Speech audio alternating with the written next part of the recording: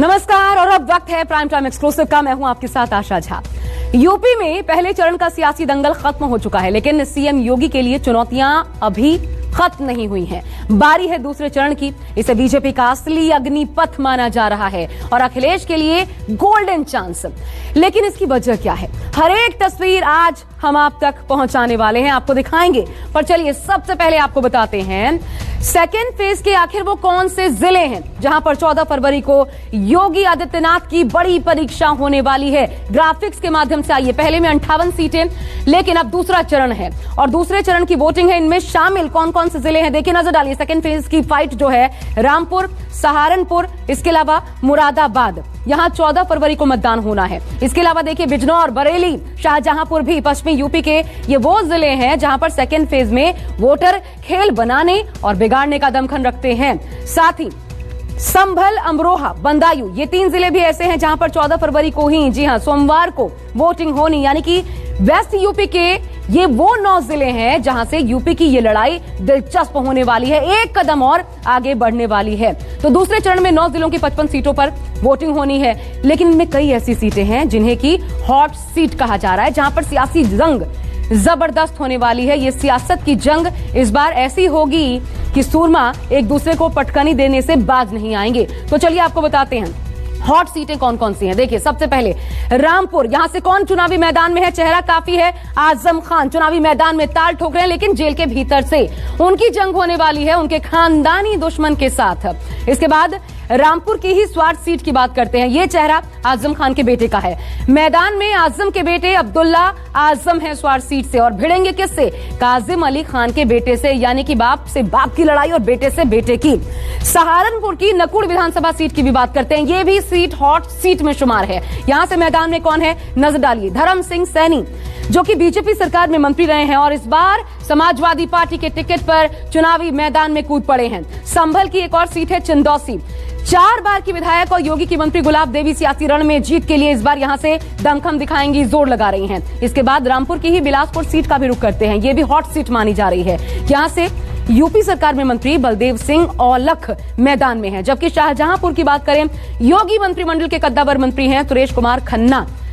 ये अपना किला बचाने की जद्दोजहद में जुटेंगे। दूसरे चरण की हॉट सीट में सहारनपुर की देवबंद सीट भी शामिल है। यहां मुस्लिम आबादी काफी ज्यादा तादाद में है और साथ ही एक प्रसिद्ध मदरसा भी है। और इसी तरह मुरादाबाद नगर जो कि मुस्लिम बहुल सीट है। मुरादाबाद जिले की 6 सीटों की बात करें तो इसमें 4 सीटों पर समाजवादी पार्टी का कब्जा है। इसके अलावा आइए बताते हैं और कौन सी सीटें हैं। नौगांव, सादात, ये भी वीआईपी सीट में शुमार है, जहां से बीजेपी के पूर्व सांसद देवेंद्र नागपाल चुनावी मैदान में इस बार उतरेंगे पटखनी देने के लिए। अब चलिए आपको एक दिलचस्प आंकड़ा भी दिखा देते हैं। लगातार 58 सीटों की पहले फेज में बात हुई, लेकिन अब दूसरे फेज में 55 सीटों पर वोटिंग होने वाली है। और इस बार भले ही योगी के लिए चैलेंज हो, लेकिन 2017 में, जी हां, 2017 में यहां बीजेपी ने जीत का डंका बजाया था। तो आइए नजर इस पर भी डालते हैं। 55 सीटों की जब बात करते हैं तो जहां पर वोटिंग होनी है, 2017 के विधानसभा चुनाव के परिणामों पर भी एक नजर डाल लीजिए। देखिए बीजेपी 38 सीटों पर काबिज हुई थी उस दौरान। 38 सीटों पर बंपर जीत मिली थी, जबकि एसपी और कांग्रेस की बात करें तो गठबंधन ने 17 सीटें मिलकर के जीती थी। इनमें से महज 15 सीटें समाजवादी पार्टी को मिली और सिर्फ 2 सीटें ही कांग्रेस अपनी झोली में डाल पाई थी। अब आइए आपको थोड़ा और तफसील से हम समझाते हैं कि 2017 के चुनाव में 9 जिले जहां पर इस बार दूसरे फेज में वोटिंग होनी है, वहां पर स्थिति क्या रही थी। तो पहले बात सहारनपुर जिले की करते हैं। 7 विधानसभा सीटें सहारनपुर जिले से यहां पर आती हैं। 2017 में 4 सीटों पर, 7 में से 4 पर बीजेपी ने कब्जा जमाया था, जबकि 2 सीट कांग्रेस और 1 सीट, महज 1 सीट समाजवादी पार्टी को यहां पर सहारनपुर में मिली थी, जहां से इस बार उम्मीदें बहुत ज्यादा हैं एसपी को। बिजनौर की भी बात करते हैं, अगला जिला। यहां पर बीजेपी को बड़ी कामयाबी मिली थी 2017 के चुनाव में। 8 सीटों में से सीधा 6 सीटें 2017 में बीजेपी के खाते में गई थीं, जबकि सपा को महज 2 सीटों पर संतोष करना पड़ा था। अमरोहा जिले की अब तीसरे नंबर पर बात कर लेते हैं। 4 विधानसभा सीटें अमरोहा से आती हैं। 3 सीटों पर बीजेपी ने कब्जा जमाया था, 1 सीट बाकी महज रह गई थी और वो सीट सपा के खाते में गई थी। संभल की भी बात करते हैं। यहां पर हालांकि मुकाबला बराबरी का संभल में देखने को मिला था, जिस पर दूसरे फेज में इस बार चुनाव है। 4 विधानसभा सीटें संभल में आती हैं, 2 सीट पर बीजेपी, जबकि 2 सीट पर पिछली बार समाजवादी पार्टी को जीत मिली थी। मुरादाबाद की बात करते हैं। मुरादाबाद यानी कि मुस्लिम बहुल इलाका, 6 सीटें हैं कुल मिलाकर के मुरादाबाद में। स्क्रीन पर नजर दौड़ाइए। बीजेपी को 2 सीटें मिली थी, समाजवादी पार्टी ने 4 सीटों पर कब्जा किया था। यह वो जिला है जहां पर मोदी लहर में भी सपा को फायदा पहुंचा था। रामपुर की बात, अब रामपुर में 5 विधानसभा की सीटें, 2 सीटों पर बीजेपी को जीत मिली थी। यह भी वो जिला है जहां पर 3 विधानसभा सीटों पर अखिलेश की पार्टी समाजवादी पार्टी को जीत मिली थी। यहां से भी उम्मीदें इस बार बहुत हाई हैं। सबसे दिलचस्प नतीजे रहे थे बरेली के। यहां देखिए, नजर दौड़ाइए, बीजेपी ने सभी 9 विधानसभा सीटों पर विपक्ष का एक तरीके से सुपड़ा साफ कर दिया था। बदायूं में भी बीजेपी का मैजिक जादू देखने को मिला था और यहां पर 6 में से 5 सीटें बीजेपी ने अपनी झोली में डाली थी। समाजवादी पार्टी को यहां पर सिर्फ 1 सीट मिली थी और बिल्कुल ऐसे ही नतीजे शाहजहांपुर के भी सामने आए थे। 6 में से 5 सीटों पर बीजेपी ने जीत का डंका बजाया था। लगभग हर जिले, जो ये 9 जिले हम आपको बता रहे हैं, लगभग हर जिले में बीजेपी ने जीत का परचम फहराया था।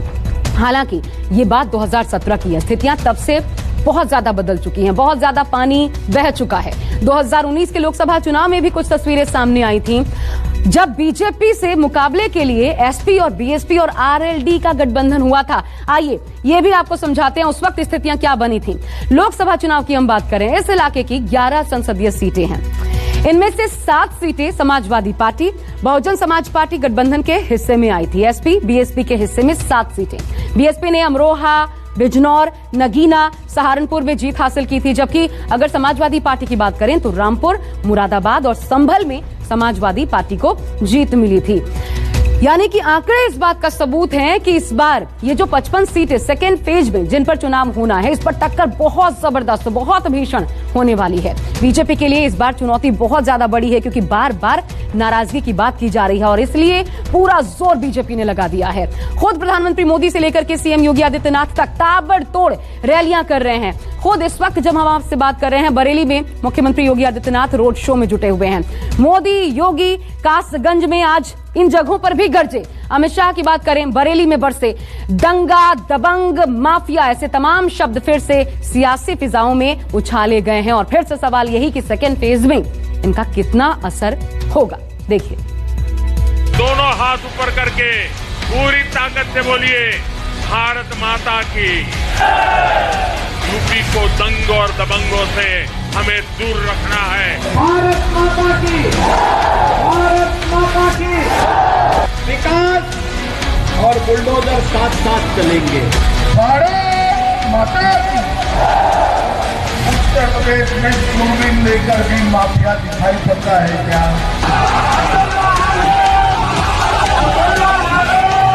साइकिल का पैडल इतनी तेज मारना, इतनी तेज मारना, इतने वोट देना, इतने वोट देना। शुक्रवार को बयानों के ऐसे ही तीर चले। पीएम मोदी से लेकर सीएम योगी और गृह मंत्री तक विरोधियों पर जमकर बरसे बुलडोजर, दंगा, दबंग और माफिया बार बार दोहराए गए क्योंकि बीजेपी दूसरे चरण की 55 सीटों पर 2017 के नतीजों को फिर से दोहराना चाहती है। कासगंज में शुक्रवार को पीएम नरेंद्र मोदी की रैली हुई। ऐसा 53 साल बाद हुआ जब देश का कोई पीएम कासगंज पहुंचा, क्योंकि इससे पहले 1969 में तत्कालीन प्रधानमंत्री इंदिरा गांधी ने कासगंज का दौरा किया था। रैली को संबोधित करते हुए पीएम मोदी ने कहा कि यूपी को परिवारवादियों से बचाना है। इसके जरिए पीएम मोदी ने एसपी आरएलडी गठबंधन पर निशाना साधा। आपको तय करना है कि परिवारवादी चाहिए कि प्रतिभाशील चाहिए। हमें परिवारवादी नहीं, हमें प्रतिभाशील लोगों को आना है और हमारे देश में हर घर में प्रतिभाशाली लोगों की कमी नहीं है। विकास का ये सिलसिला है। विकास के इस सिलसिले को हमें मजबूत बनाना है, मजबूत करना है। यूपी को दंग और दबंगों से हमें दूर रखना है। दंगे भी नहीं चाहिए, दबंग भी नहीं चाहिए। कासगंज में ही सीएम योगी भी खूब गरजे। योगी ने विकास और बुलडोजर को यूपी के लिए जरूरी बताया तो अखिलेश यादव विकास के पथ पर साइकिल दौड़ाने को तैयार दिखे। तो सब गणित और समीकरण आपके पक्ष में है गणित और समीकरण आपके बीच में क्या नहीं? मैं देख रहा था उत्साह से यहां से साइकिल ऊपर कर दी थी। ये साइकिल तो नहीं भूल जाओगे। साइकिल का पैडल इतनी तेज मारना, इतनी तेज मारना, इतने वोट देना, इतने वोट देना कि सबसे बड़ी जीत हो। जिताएंगे। और हम आपको भरोसा दिला के जा रहे हैं, बिजली के सवाल पर, इलाज के सवाल पर, दवाई के सवाल पर हम आपके लोगों की मदद करने का काम करेंगे। विकास है, विकास की छड़ी है, तो दूसरे हाथ पर बुलडोजर का लेबर भी है। सरकार का बुलडोजर पसंद आया ना? ये सड़क भी बनाता है और माफियाओं की छाती पर चढ़ने का काम भी करता है। और भाइयों बहनों, मैं तो आपको यही आश्वासन देने के लिए आया हूं, विकास और बुलडोजर साथ साथ चलेंगे। सहमत है ना? इधर कासगंज में पीएम मोदी और सीएम योगी हुंकार भर रहे थे, तो बरेली जिले में गृह मंत्री अमित शाह विरोधियों पर जमकर बरसे। सूबे में सुरक्षा व्यवस्था को योगी की बड़ी उपलब्धि बताया, तो माफिया राज खत्म करने का दम भरा। उत्तर प्रदेश में दूरबीन लेकर भी माफिया दिखाई पड़ता है क्या? जरा जोर से बोलो, दिखाई पड़ता है क्या? अरे 3 बड़े नाम थे, एक था आजम खान, था या नहीं था? जोर से बोलो, था या नहीं था? कहां है?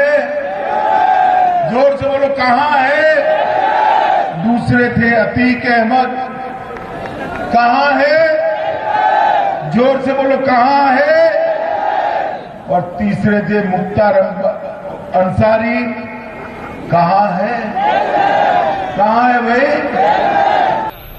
बताओ, जीत से कुचलने वाले को जेल से बाहर आ गया कि नहीं आ गया? बताओ। इन पे मुकदमे भैंस के, इन्हें जेल में रहना पड़ रहा है। मुकदमे किताब चोरी के हैं, इन्हें जेल में रहना पड़ रहा है।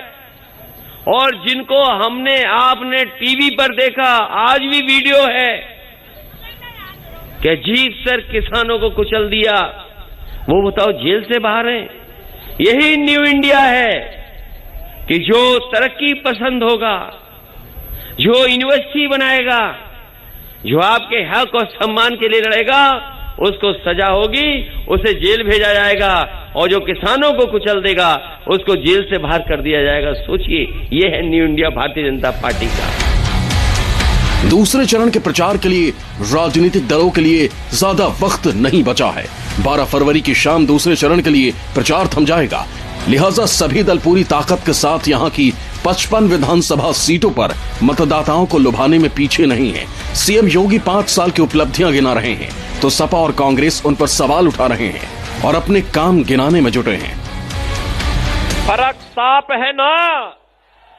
फर्क साफ है। भारतीय जनता पार्टी जय जवान जय किसान का नारा को सार्थक करती है, बेटियों की सुरक्षा को प्राथमिकता देती है।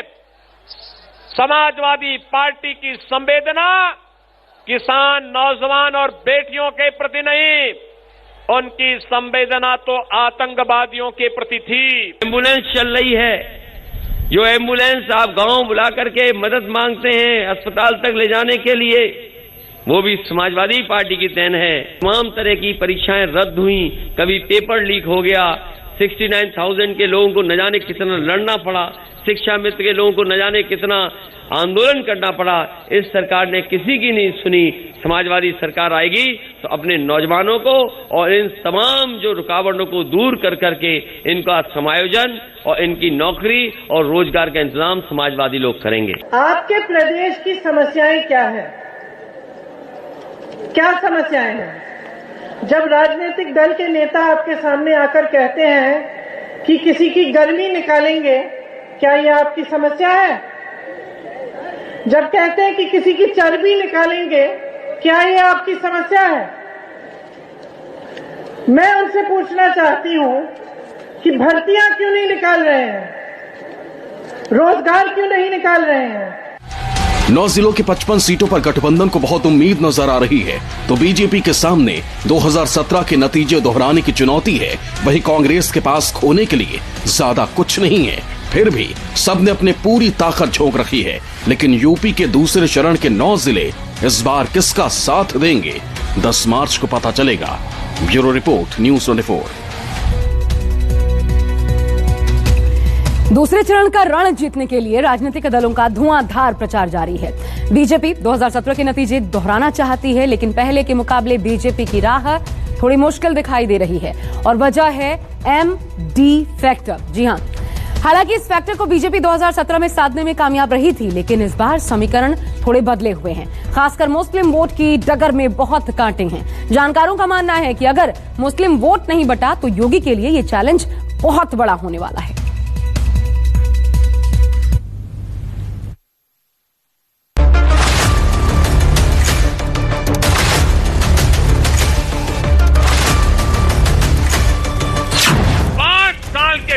भीतर कानून का राज प्रस्थापित करने में सफलता पाई है, बहुत बड़ा बदलाव लाए हैं। जनता पार्टी का विकास तो आपको हर गांव, हर गरीब, हर किसान, हर नौजवान और हर महिला के साथ मिलने वाली योजनाओं के साथ देख सकते हैं। साइकिल का पैडल इतनी तेज मारना, इतनी तेज मारना, इतने वोट देना कि सबसे बड़ी जीत हो कि सपा RLD का सुपड़ा साफ हो रहा है। मोदी गरजे, राम मंदिर योगी गरजे, दिया है। शाह ने भी हुंकार भरी।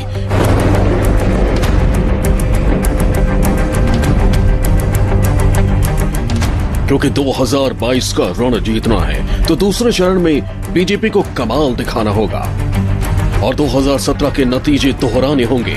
यही वजह है कि बीजेपी ने दूसरे चरण के प्रचार में पूरी ताकत झोंक रखी है। बहनों, जो रुझान आए हैं वो ये बता रहे हैं कि पहले चरण में भाजपा का परचम लहरा रहा है। राजनीतिक दलों के लिए दूसरे चरण का चुनाव मुस्लिम बहुल आबादी होने की वजह से अहम है।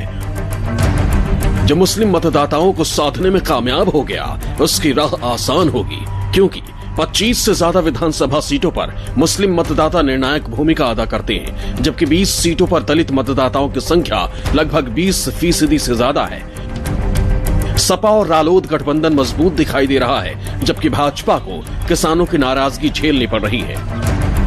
जो मुस्लिम्स का ध्रुवीकरण है एक पर्टिकुलर गठबंधन के पक्ष में, जो हालांकि AIMIM जो ऐसी की पार्टी है उसने भी उम्मीदवार उतारे हैं इस क्षेत्र में, बसपा ने भी उम्मीदवार उतारे हैं, कुछ जगहों पे आमने सामने मुस्लिम उम्मीदवार हैं, लेकिन जो मिजाज नज़र आ रहा है वो ये है कि मुस्लिम्स के सामने बीजेपी हराओ की स्थिति नहीं कि जो बीजेपी को हराएगा हम उसको वोट देंगे। ऐसा लगता है कि जैसे उन्होंने तय किया है कि हम गठबंधन के पक्ष में वोट देंगे, और ये स्थिति ज्यादा चुनौतीपूर्ण बीजेपी के लिए होती है। वैसे तो 55 सीटों पर कुल 586 उम्मीदवार मैदान में हैं, लेकिन मुस्लिम आबादी को देखते हुए मुख्य राजनीतिक दलों ने कुल 78 मुस्लिम उम्मीदवारों पर दाव लगाया है ताकि जीत की राह को आसान किया जा सके।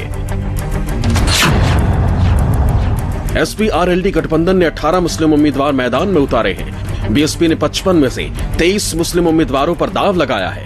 वहीं कांग्रेस के टिकट पर 21 मुस्लिम उम्मीदवार चुनाव लड़ रहे हैं, जबकि AIMIM के दूसरे चरण में 15 मुस्लिम उम्मीदवार अपनी किस्मत आजमा रहे हैं। मुस्लिम बहुल इलाके में चुनाव होने के चलते बीजेपी के लिए दूसरा चरण सूबे में सबसे ज्यादा चुनौतीपूर्ण माना जा रहा है, तो सपा RLD गठबंधन का असल इम्तिहान भी इसी फेज में होना है।